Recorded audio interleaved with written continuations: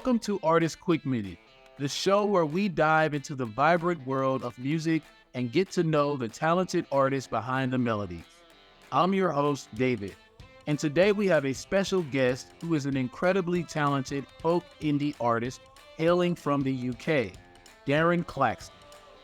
With his ability to transition from folk to indie to blues and his captivating live performances, Darren has carved out a distinct place in the music industry. Today we'll be interviewing with Darren and learn about his experiences as a Web3 music artist, his most memorable moments on stage, and his vision for the future. So without further ado, welcome to the show, Darren. Hey, how you doing, David? Great to be here. Awesome, man. I'm glad to have you back on the show. We're going to get a reboot. And so you're on the Artist Quick Minute. I'm going to ask you 8 quick questions about you as an artist. Are you ready for your Artist Quick Minute? Oh, man. Is this going to be really intrusive? All right, I hope so. What inspires you to pursue a career in music across various genres? So, I don't set out to think, I'm going to write a folk song today, or I'm going to write a blues song. David is the best. See, I don't just say, so they come thick and fast, the songs. They develop themselves. And it's a therapy for me. I do suffer with mental health issues. I get anxious and things. It can become a bit of a crazy mental soup. So music for me and writing songs is my therapy. And it's the place where I'm calm, It really calms my brain. So, it calms my soul. That's the reason behind it. Very inspirational and calm music that would teach people take steps in life. Don't rush everything. I'm loving what I'm hearing so far from you. How did you develop your diverse musical style? I've been playing in bands and solo not so long, but I've been playing in bands since I was probably 11 years old. I'm on the wrong side of 40 now, so it's been a long time. And looking back, I've played in blues bands and jazz bands and heavy metal bands and pop bands and tribute bands. So all these kinds of bands, and all these kinds of genres, and they've had a massive influence on me, I guess. It kind of I've just absorbed all those sort of styles, and I find them fascinating. And they obviously come out in the music that I write.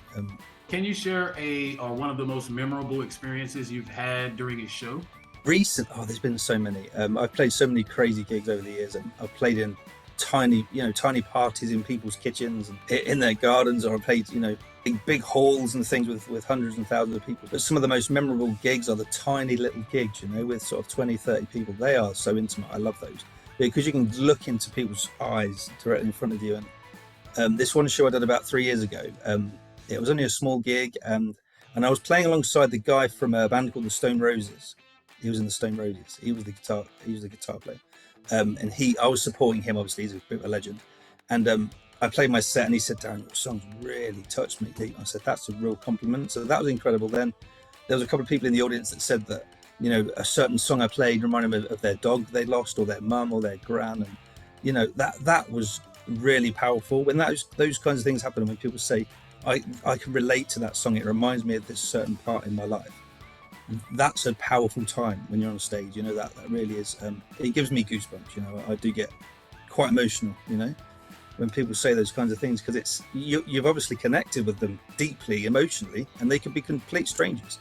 And that is the power of music. That is how powerful music is. You've never met that person before, but you've connected straight away like this, through the power of whatever you've written and delivered, because I write these songs and I deliver them, like the post. It's like delivering the song. Like when I release a drop on Gala, it's like I'm delivering my work, here we go. And it's like delivering your work to the headmaster at school, almost. I hope you like it. I hope it connects with you. So those moments on stage like that are really powerful, and I cherish those. I really do. Throughout your music career, what has been your favorite moment that you hold dear? I think when my dad comes to see me play, and my sister, because they're really close. We're really close. It's just us three. We're always been just us three. So when Dad came to a gig a few years ago, just before lockdown, it was in a city called Nottingham in England, and it was quite a big gig. And Dad drove all the way up from Cambridgeshire, which is probably 2 or 3 hour journey. And I looked over, and Dad was like, he had little tears rolling down, and I was like, wow, that's amazing. He was proud of me, and that was a beautiful moment. That was probably the most proudest moment, I think. And again, that wasn't a huge arena or anything like that. There was 100 people maybe, but because my dad was there and he's been a big influence for me. You know, he's not a musician or by any means. None of my family are, but Dad brought me up on some of the best music. We were just talking before the interview about T-shirts, Led Zeppelin and Jimi Hendrix and all these kinds of things. They're the kind of that's the kind of music I was brought up on. You know, all those really good, proper musicians. You know, so for Dad to be that proud at that gig, it was an amazing experience for me. Yeah, and for him, I'm sure. Oh yeah, I bet he's very proud. I mean, music is touching, man. I have to give you that. With the emergence of Web3 music, how has the new digital landscape impacted your career as an artist? It's impacted it in incredible ways. First, obviously, the monetary side of things is very important, and it's allowed me and all the other artists on Gala, whether we sell out or not, it gives us a stable income, and that's a really powerful thing because sadly, money does control everything, really, and without it, you can't really do much. And when you are being rewarded, for your craft after all these years of playing gigs for free and giving music away for free, it's really liberating, and it's propelled me and my music career, to the next level. And I want to go beyond that now, wherever it takes me. It inspires me to write more and release more, and I'm like always onto order and like, I really want to release this song because it's like really love it. It gives you that kick. Prior to that, in Web 2, your Spotify's and Amazon Music, all those kinds of streaming services, you can get quite disheartened. You've written a good song. Us as artists, we do instinctively know that we've written a good song. Okay, I can definitely vouch for my fellow artists and say that. There's lots of songs we write we think they're not very good, but when you write a good song, you release it and then it gets 10 streams on Spotify. You're like, what? So Gala now and having all these people love your music and do lovely things for you, like Hotto Shotto, he's created a website for me, because he's a fan and he wants to help. That's just incredible. And interviewing me and spreading my music further, and that's the power of Web3. It goes beyond the music. It's people become part of your career, and that's what I really love. I drop in the Discord every day and on Twitter, and I say hello, even if it's just, hi everybody, how you doing? I think that's really important, just to keep the dialogue going. Is there a particular song that holds special meaning to you? Yeah, I wrote a song, and I guess it was for my children. And it says, breathe the air I give to you, just don't give it back. Sing the song I wrote for you, just don't sing it back. And it's such a powerful song, and it's a beautiful song. And that's a real dear song to me. It was something I wrote very, very quickly, sitting on the couch here one Sunday. And these words just come to me. Breathe the air I give to you. Just don't give it back. It's got that real lovely melody. It's got the same tune all throughout the song, and it basically just repeats the 4 lines over and over. And it's just developed. It just wrote itself, and it's such a special song. And it's just saying to my children, don't throw things back at me. When you're older, just don't walk the footsteps I made. Do better. And when you're flying high, don't look down on me. And I guess it's a message to them. A bit of a legacy song, I guess. A really special song. It's a very simple song. Yeah. And you just heard a bit then. Yeah, I like it. Can you give us a glimpse into what is coming on the horizon for Darren Claxton? I don't know if I can say. There's lots of exciting things. I'm doing some sneaky stuff. Where do you see yourself in the next few years, and what goals do you hope to achieve?